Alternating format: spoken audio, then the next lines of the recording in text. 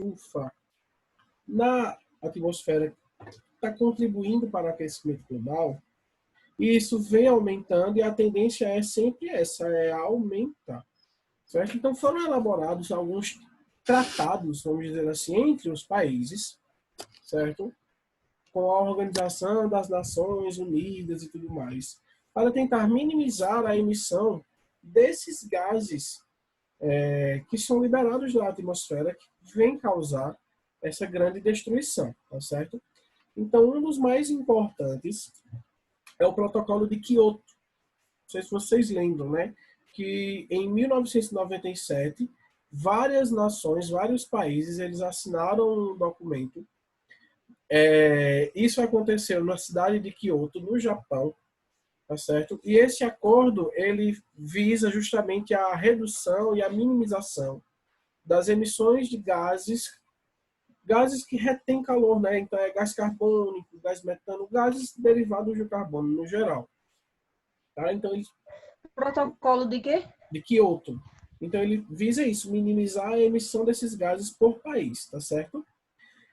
No entanto, para entrar em vigor, era necessário que pelo menos 55 países o ratificassem e que eles fossem responsáveis por pelo menos 55% do gás carbônico lançado na atmosfera em 1990. Tá?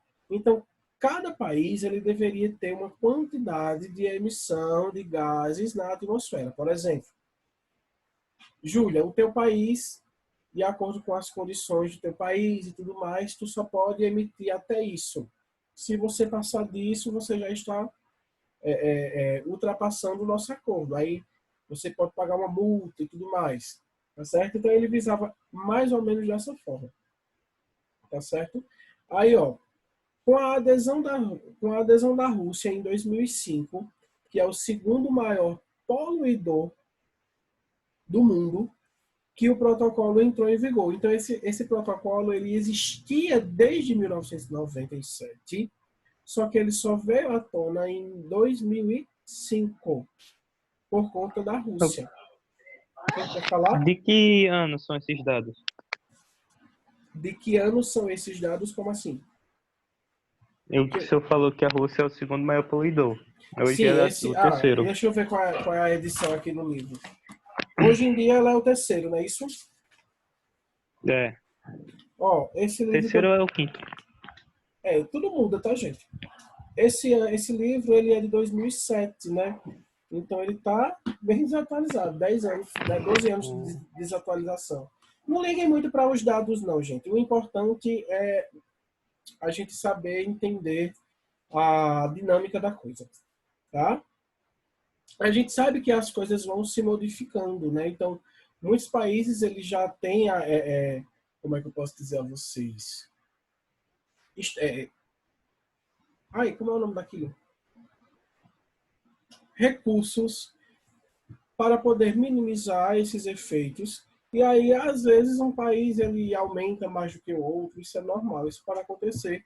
E isso acontece tipo de um ano em ano, 2 em 2 anos, 3 em 3 anos, pode acontecer sempre. Então, sempre que vocês forem ver questões e tudo mais, nunca vocês vão ver questões com datas, pelo menos em biologia não. Você pode ver data em história, aqui não, tá? Mas assim, a dinâmica da coisa é justamente a redução, né, desses gases poluentes de acordo com os países. Aí veja, então aqui ele diz que a Rússia era o maior poluidor, tá? Mas a gente já sabe que outros países eles têm essa alta emissão, de acordo com o tempo que esses dados foram apresentados. Então vejam, até então, apesar de haver a assinatura de 127 países, a soma das emissões eram apenas 44%, incluindo a Rússia. Essas emissões chegaram a 61%. Então, o acordo ele foi ratificado por 141 países, que se propõe a reduzir entre 2008 e 2012 as emissões de gases estufa.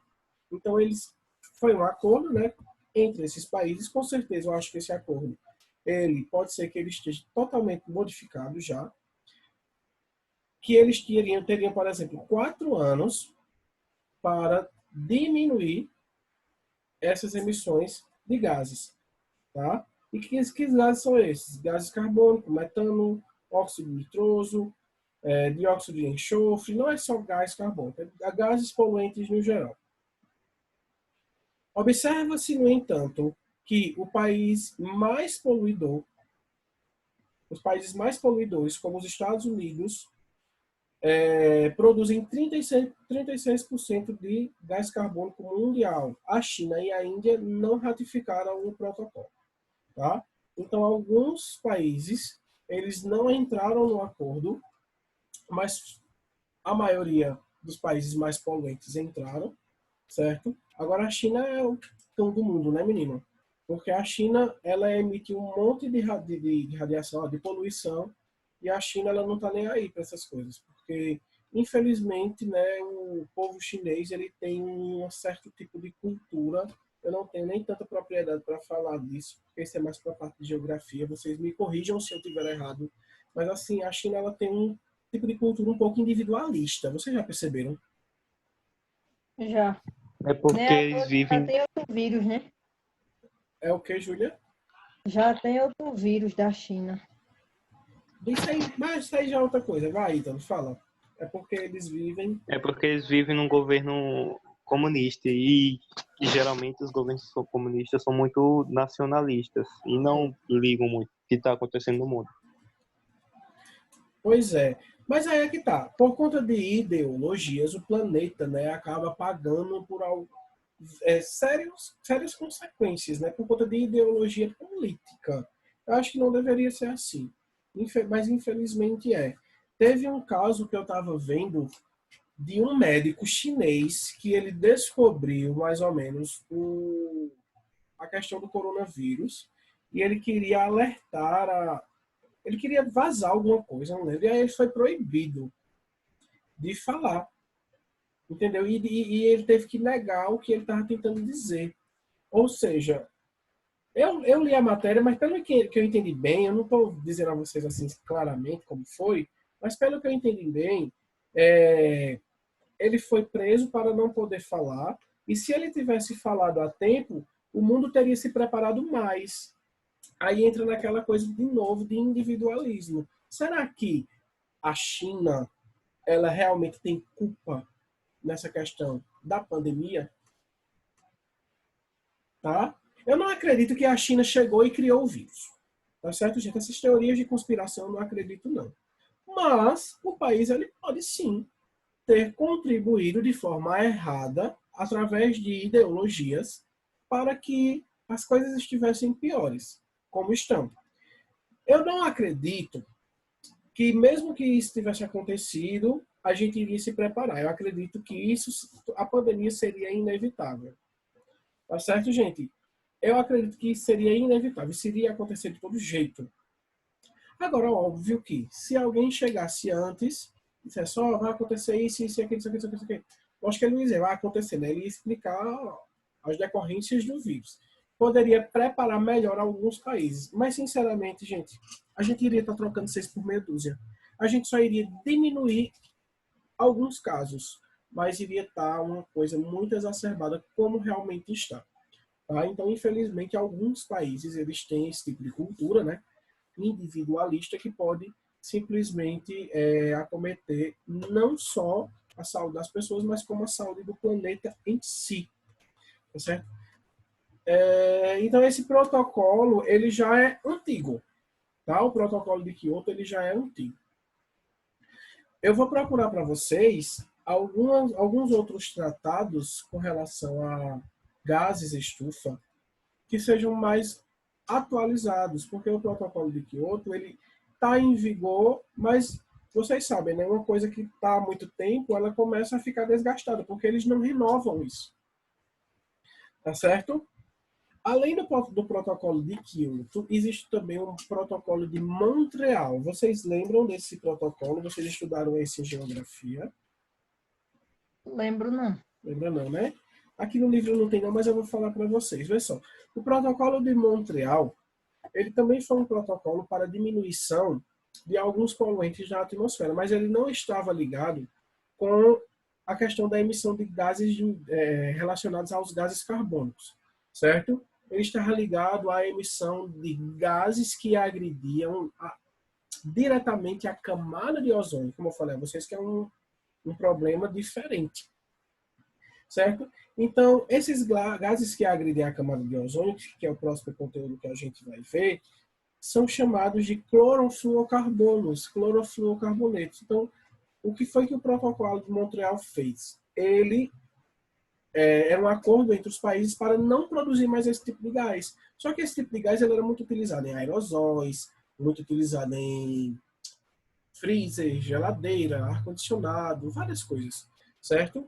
E aí o que fez? Eles teriam que substituir o uso desse gás por algo que não agredisse. Aí o que aconteceu? Eles substituíram por outro tipo, que era o hidrofluorocarboneto, porém, eles diminuem a questão da degradação da camada de ozônio, mas esses gases eles podem agredir outra coisa, eles já podem trazer outro problema, tá?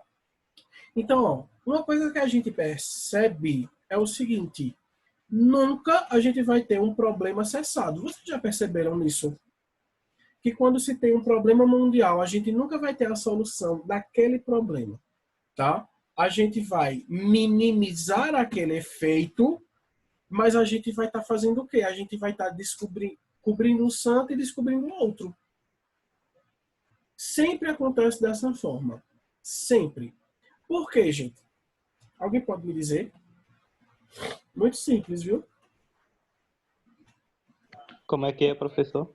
Sempre que tem um problema, seja um problema de saúde, um problema ambiental, certo? Com relação a governos e tudo mais, a gente vai ter uma troca, vai trocar 6 por meia dúzia, vai ser a mesma coisa. A gente minimiza um problema, mas a gente agrava outro. Por que isso acontece? Sabe por quê, gente? Muito simples. Problemas geram lucros. Certo? Problemas geram lucros. Tá bom? Então, por exemplo, uma doença, surge o coronavírus. Pronto, o coronavírus surgiu. Vocês acham que os hospitais não estão lucrando com isso, não é? Aqui no Brasil não, porque aqui no Brasil a gente tem o SUS, né, de graça. Agora no mundo todo, onde não tem sistema único de saúde. Pois eu achava. Aqui no Brasil Aqui no Brasil, beleza. Mas e os outros países? Que a pessoa, se não tiver um plano de saúde, a pessoa morre. Se a pessoa que para ir para o hospital tem que pagar. Vocês acham que essa vacina, quando chegar aqui no Brasil, pode ser que o SUS cubra, acredito eu. Mas vocês acham que nos outros países ela é de graça? É não, gente. Gente, problema gera lucro. Por que vocês acham que a AIDS, por exemplo, é uma doença que está aí há tanto tempo sem uma cura, sem uma cura? Minha gente, do tempo que a AIDS foi descoberta, eu não lembro o ano correto, mas acredito que a AIDS seja dos anos 70, anos 60, não lembro, certo? Desse tempo todo para cá, ainda não descobriram a cura da AIDS. Descobriram um medicamento para tratar, para diminuir a carga viral, descobriram um medicamento que a gente toma de forma que a gente, antes da gente entrar em contato para não se infectar, mas a cura em si não descobriram. Será mesmo? Não foi descoberto. Então, gente, problemas geram lucros. Então, se eu tenho a solução daquele problema, eu já não vou ter lucro para aquele. Então, para mim ter a solução de um problema, eu tenho que gerar outro. Infelizmente, o capitalismo ele é assim. Né? Eu não sou contra capitalismo. Eu não sou contra. No caso, aqui no Brasil, está gerando uma quebra, né? Não, viu? Já não. Porque, por outro lado, a corrupção vem e equilibra as coisas. Porque aí tá, vai fazer um hospital de campanha. Aí o hospital, ele gasta-se, tipo, 2 bilhões para se fazer. Aí o governante vai lá e coloca 5, 6, 7, certo? E os impostos que a gente paga? A gente tem sistema único de saúde, mas a gente paga um imposto tão alto que cobre isso. Os outros países não têm sistema de saúde, mas também não pagam o imposto que a gente paga, gente. Então, é a mesma coisa, praticamente. Tá? Então, ó, infelizmente é dessa forma. Existe o lado capitalista e existe o lado socialista. Certo? Comunista, né? Eu não sou contra nem a favor de nenhum. Eu sou a favor da Pronto, eu sou a favor da igualdade de todos. Todos precisam realmente ser iguais, porque todo mundo é igual a todo mundo. Tá certo? Agora, existem os lados bons do capitalismo e existem os lados ruins. Como existem os lados bons do comunismo, existem os lados ruins. O problema é que essas ideologias, elas são muito extremas, elas não se batem. E por conta de guerras ideológicas, quem acaba sofrendo é quem? A população. Certo? É isso. Não só a população, como o próprio planeta. Tá? Lembrando que o planeta sofre também. Esse é o mais afetado e a gente não percebe. Certo? Fechamos aqui essa parte, tá, gente? Deixa eu falar um pouquinho para vocês agora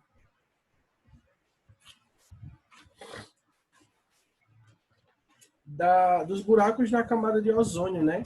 O que são os buracos na camada de ozônio? Que problema é esse, né, que a gente fala tanto? Como é que se fazem buracos em uma massa gasosa? Isso existe? Alguém pode realmente me dizer como é?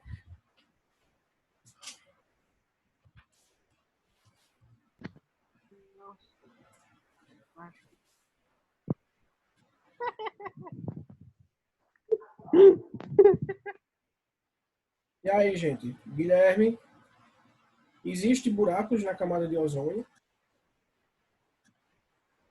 E aí, gente? Existem buracos em massas gasosas? Professor, acredito que essa questão de buraco seja uma meio errada, mas existe uma... Deixa eu pensar aqui numa forma de explicar. Por exemplo, quando eu libero CO2 na atmosfera e ele sobe para onde fica a camada de ozônio. Digamos que esse CO2 interage com o ozônio e cria outra molécula, sei lá, o monóxido de carbono. A Vamos gente vai dizer ter que assim. naquela área, isso. A gente vai ter que naquela área não vai ter mais ozônio, mas vai ter monóxido de carbono. Então Ou seja, você quer dizer que vai a concentração de ozônio naquela área é diminuída? isso, ela diminui e os efeitos que o ozônio faz para nossa atmosfera será cessado e em troca vai acontecer os efeitos que o monóxido de carbono faz. Ítalo, você falou 60% certo, tá? Mas o problema da diminuição da concentração de camada de ozônio não está no gás carbono, certo? O gás Não, eu carbono... sei, mas eu Uhum. usei o carbono Sim, sim, como sim, sim, sim, exemplo. certo. Então vejam, é, o pro...